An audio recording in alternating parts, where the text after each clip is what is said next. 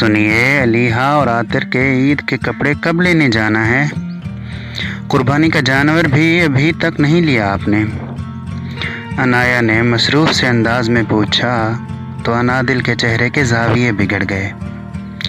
क्या मुसीबत है, घर आ जाओ तो इस मोहतरमा की फरमाइशें ही ख़त्म नहीं होती। मेरी ज़िंदगी अजाब करके रख दी है, अनादिल ने चिल्लाते हुए कहा। अनाया हैरत से मुंह खोले उसे देख रही थी।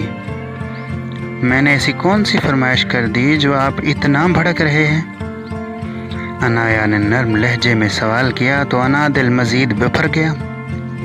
आगे बढ़ते हुए दोनों हाथों से उसका गला पकड़ लिया। मजीद जहर लगती हो तुम मुझे, अपनी मनहूस शक्ल लेके मेरे सामने मत आया करो कभी। अनादिल ने सुर्ख आंखों से घूरते हुए एक झटके से उसका गला छोड़ा। अनाया की आंखों में पानी आ गया। अनादिल तनफन करता घर से बाहर निकल गया। अनाया हैरत और सदमे के मारे गंग खड़ी रह गई। क्या मेरी किस्मत में यही अल्फाज सुनने को रह गए हैं? अल्लाह, आखिर मुझसे कौन सी ऐसी गलती हो गई है जो अनादिल मुझसे इतने मुतनफ़िर हो गए हैं? पहले अम्मी और बहनों के ताने सुनती रही, सब बर्दाश्त करती रही, और अब अनादिल वो सोचे जा रही थी और रोए जा रही थी। रात का 1 बज चुका था और अनादिल अभी तक वापस नहीं आया था। वो खुद को नॉर्मल करने की कोशिश कर रही थी। अनाया के पापा ने उसकी मामा से दूसरी शादी घर वालों से छुप कर की थी। एक रोड एक्सीडेंट में उसकी मामा की डेथ के बाद वो उसे अपने घर ले आए थे। तब वो सिर्फ 8 साल की थी। उसके बाप की खुफिया शादी का खमियाजा उसे सारी ज़िंदगी भुगतना पड़ा था।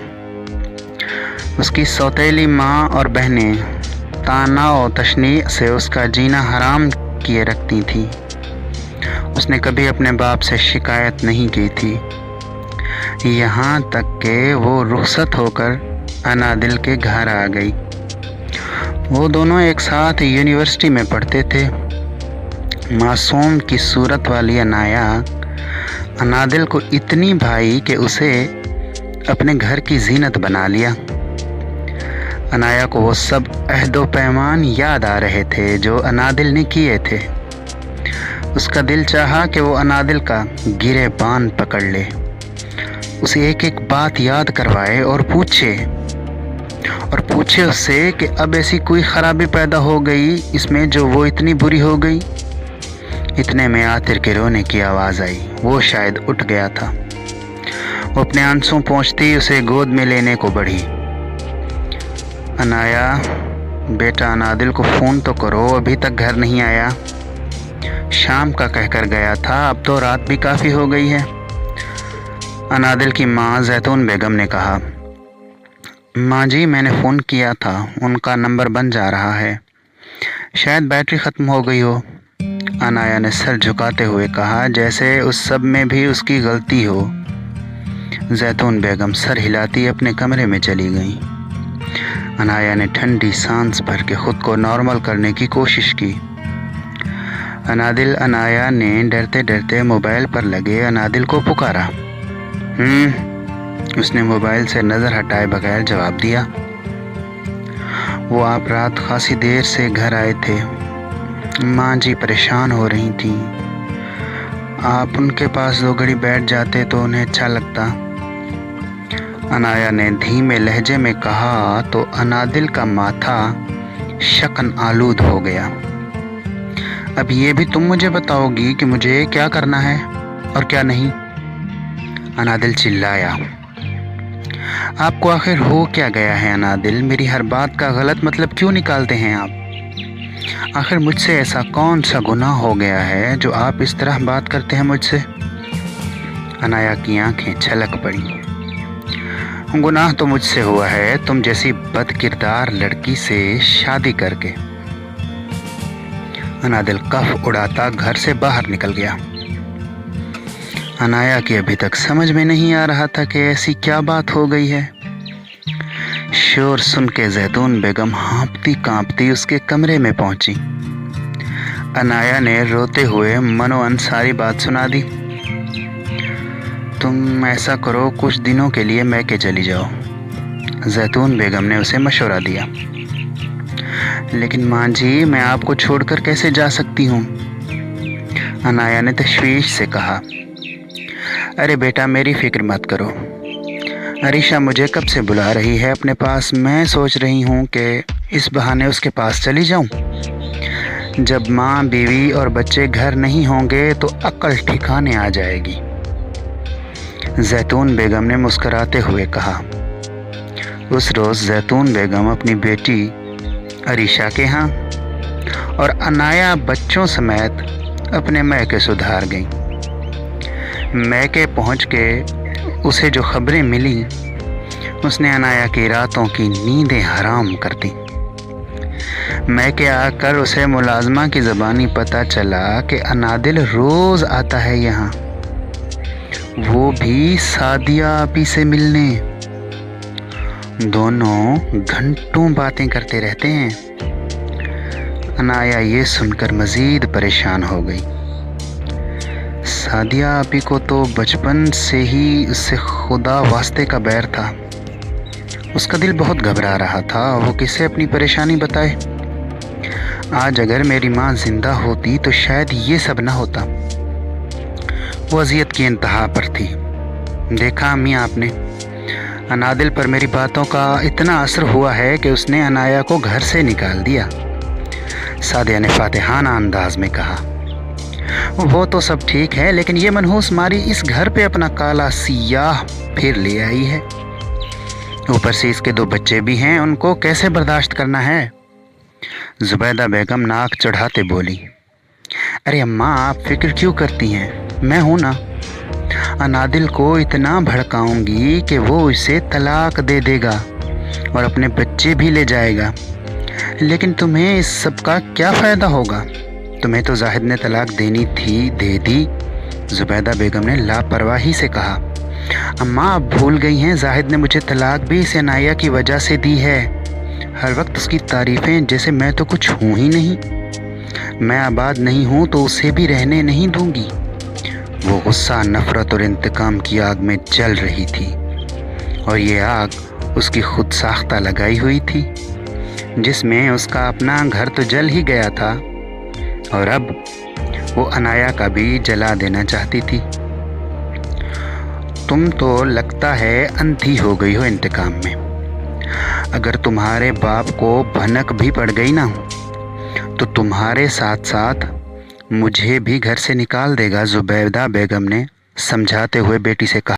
लेकिन वो ये भूल गई थीं कि नफ़रत के ये बीज उन्होंने ही बोए थे, जो अब तन्नावर दरख्त बन गए थे। नफ़रत की शाखें बहुत जल्दी फैल जाती हैं। अगर बर वक्त उन्हें काटा न जाए तो हर चीज़ को अपने साए से ढांप देती हैं और फिर सब जला कर राख कर देती हैं। फिर वो रिश्ते हों या मोहब्बत, सब ख़त्म हो जाता है। मोहब्बत के लिए ये दुनिया इतनी छोटी है, न जाने लोग नफ़रत कैसे कर लेते हैं। 2 दिन हो गए थे अनाया और बच्चों को गए हुए। कपड़े इस्त्री करते हुए उसका हाथ जल गया तो उसे अनाया पर बेपनाह गुस्सा आया। अम्मा को भी अभी जाना था आपी की तरफ, और इस अनाया की बच्ची को तो देखो, बगैर इजाज़त के बाप के घर जा बैठी। अनादिल को रह रह कर गुस्सा आ रहा था। उसे अलीहा और आतिर भी याद आ रहे थे। दिल ही दिल में वो पशेमान हो रहा था। उसे एक एक पल याद आ रहा था। अनाया ने कभी उसे शिकायत का मौका नहीं दिया था। उसका हर काम बर वक्त होता था। उसे कभी कहना नहीं पड़ा। अनाया उसकी हर ज़रूरत का कहे बिना इतना ख्याल रखती थी। फिर वो इससे इतना बदजन क्यों हो गया। अनाया तो बहुत कम मैके जाती थी। फिर सादिया आपी की तलाक में उसका क्या हाथ। जब सारे काम खुद करने पड़े तो अनादिल के 14 तबक रोशन हो गए। आंखें खुली तो दिमाग ने भी काम करना शुरू कर दिया। वो सोच में पड़ गया। जो भी है, ये तो तय था कि अनाया से मोहब्बत वो बहुत करता था। उसकी गैर मौजूदगी उसे बेचैन कर रही थी। उसने एक लम्हा में अपने ससुराल जाने का फैसला कर लिया। देखा अम्मी, आपने 2 दिनों से अनादिल ने पूछा तक नहीं। देखिएगा, आप अनादिल तलाक देगा इसे और फिर हम उसे यहाँ से भी निकाल देंगे और ख़ानदान में मशहूर कर देंगे कि अनाया घर से भाग गई। सादिया ने खुशी से चहकते हुए कहा। सादिया जैसे लोग होते हैं जो दूसरों की बर्बादी पर बहुत खुश होते हैं। चट्टा जोरदार थप्पड़ सादिया के गाल पर पड़ा। अकबर साहब गुस्सा से लाल भब्बू का चेहरा लिए उसे घूर रहे थे। पापा, सादिया की आंखों में बेयकीनी के साए लहराए। एक लफ्ज भी मुंह से और निकला तो मुझसे बुरा कोई नहीं होगा। सब सुन चुका हूं मैं। मुझे यकीन नहीं आ रहा कि मेरी बेटी इतना गिर सकती है। अपनी ही बहन को तलाक दिलवाने के मंसूबे बना रही है। उनके लहजे में दुख और अफसोस था। नहीं है वो मेरी बहन, सौतेली बहन है वो मेरी, जिसे आपने हमारे सरों पर ज़बरदस्ती मुसल्लत कर रखा है। पापा, इस लड़की की वजह से जाहिद ने मुझे छोड़ दिया। मैं इसे भी बसा रहने नहीं दूंगी, सादिया ने चिल्लाते हुए कहा। जाहिद ने तुम्हें तलाक तुम्हारी बदजुबानी और बदकलामी की वजह से दी है, और जो कुछ तुम उसकी बूढ़ी माँ के साथ करती रही हो सब खबर है मुझे। मेरी मासूम बेटी पर इल्ज़ाम लगाने की ज़रूरत नहीं है। अकबर साहब लाइल्म नहीं थे। अब आप ज्यादती कर रहे हैं। आपने पहले मुझे धोखा दिया, इस नागिन से शादी की, फिर उसकी बेटी को मेरे घर ले आए और अब मेरी बेटी को उसकी वजह से जलील कर रहे हैं। जुबैदा बेगम के लहजे में नफरत ही नफरत थी। तुम चुप ही रहो तो अच्छा है। ये सब किया धरा तुम्हारा ही है। तुम्हारी बदज़बानी की वजह से ही मैंने दूसरी शादी की थी और तुमने अपनी बेटी को भी अपने जैसा ही बना लिया। अफसोस होता है मुझे। तुम पर नफरत की आग में जलती रही हो और अब अपने हाथों से अपनी बेटी को भी इस आग में झोंक दिया है तुमने। एक बात कान खोल कर सुन लो। तुम दोनों अगर अब अनाया और अनादिल के बीच कुछ भी गलत करने की कोशिश की तो मैं तुम दोनों को इस घर से निकाल दूंगा, समझी तुम दोनों। अकबर साहब कफ उड़ाते अपने कमरे में चले गए। घर के दरवाजे के बाहर खड़े अनादिल पर बहुत कुछ आश्कार हो चुका था। गलतफहमी के बादल छट गए थे। अनादिल को खुद पर अफसोस हो रहा था। उसने कैसे यकीन कर लिया कि अनाया ऐसा कर सकती है। वो बोझल कदमों से वापस लौट गया। वो अनजाने में कितनी बड़ी गलती करने जा रहा था। उसने एक पल के लिए भी नहीं सोचा कि उसके 2 मासूम बच्चे भी हैं, उन पर इस सब का कितना बुरा असर पड़ेगा। बकर ईद में सिर्फ 1 दिन रह गया था। अनाया को शादी के शुरू दिनों की ईद याद आ रही थी। न जाने कहाँ कमी रह गई थी। एक नामहसूस किसी उदासी थी जो अनाया को अपने घेरे में लिए हुए थी।